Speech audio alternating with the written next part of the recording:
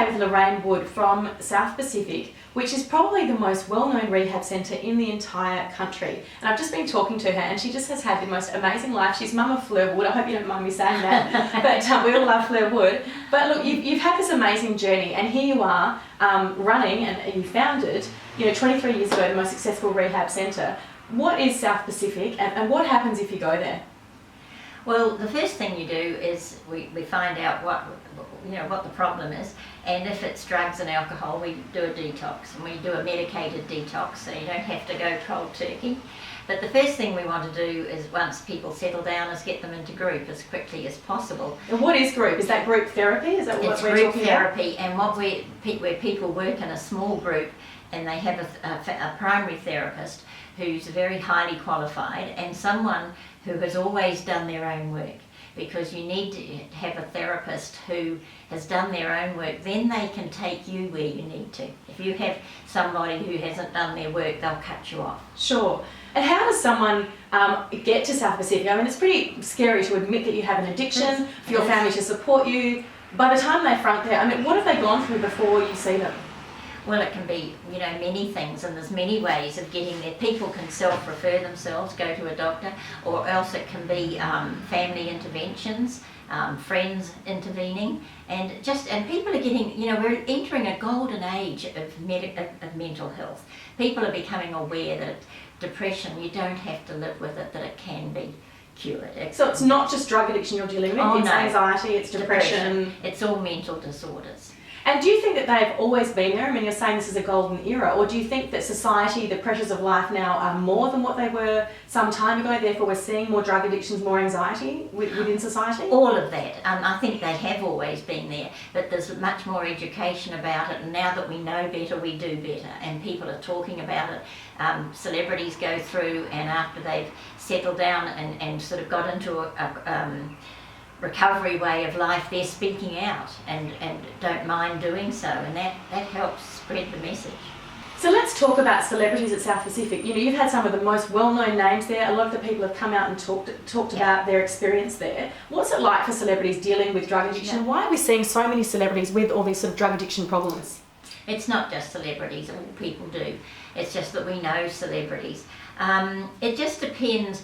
If we have a celebrity here that's famous in Australia but maybe not in America, we would try and get them to go to the Meadows, because Meadows is a facility in America. Is that the biggest one in the world? No, it's not the biggest, but it's one of the most well known and credible.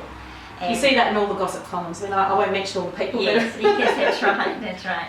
It's they have a lot of integrity, and it's a very well known and very highly thought of. So you would send a famous Australian celebrity to the Meadows rather than treat them here? Why is that? Because celebrities too are entitled to their privacy, and today with mobile phones and people pay, magazines pay a lot for stories and that, and it's hard to keep their confidentiality. We're very, very strict on confidentiality. Everybody that comes to South Pacific has to sign a form to say that they won't disclose who they see there, and clients would be asked to leave if they break anonymity, and so would staff.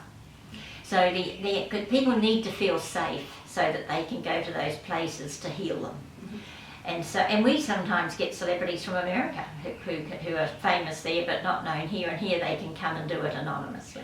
And how much does this cost? I mean, the Meadows is something like 25,000? No, 50,000. I'm way off. Yes, 50,000. We are the luckiest country in the world here. Treatment is actually free if you have free if you have private health insurance. Wow. Now, private health insurance isn't very expensive when you consider how much people are spending on drugs and alcohol. That's a good point. Yeah, my word. And if you go to a hospital that is contracted with a health fund, it doesn't cost anything. Wow. And how many weeks do you get for free? 3 weeks in most cases. And that's enough for most people? No, it's not enough. You need a lot more than that, but it's the best we can do. And then we follow up with very good aftercare.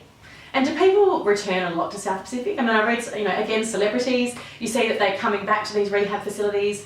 Is it hard to stay on track? How does someone stay on track after they've got off drugs, they've come to see you, they're back out in the real world? Well, they have to follow their aftercare program, but addiction is fraught with relapse. That's part of the disease. And so people often ask me, how successful is your program? And we believe it's a third, a third, a third. A third get it the first time and keep well, a third keep coming back, and a third die. Now, I don't mean they leave and die, but they have a quality of life that is so much less than what it should. They develop serious illnesses and they die maybe 10, 15 years before they should. Oh, that's devastating. It is devastating. It's a terrible, terrible disease, and it's incurable. It can only be arrested. Wow. And why do people get addicted? Well, there's several reasons.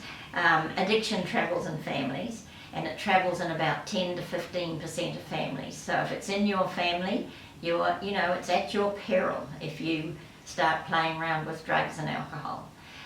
Some people can be a heavy drinker, and they can one day suddenly decide they're not going to drink, and they can give it up just like that. But for an alcoholic, one drink's too many, 1,000's not enough. Yeah, it's a famous saying, isn't it? It is, yeah. Now, I want to ask you about cocaine. I mean, I live in the eastern suburbs, and I grew up in, I guess, what you might call a country town, a country environment, and certainly there is so much drugs in Sydney.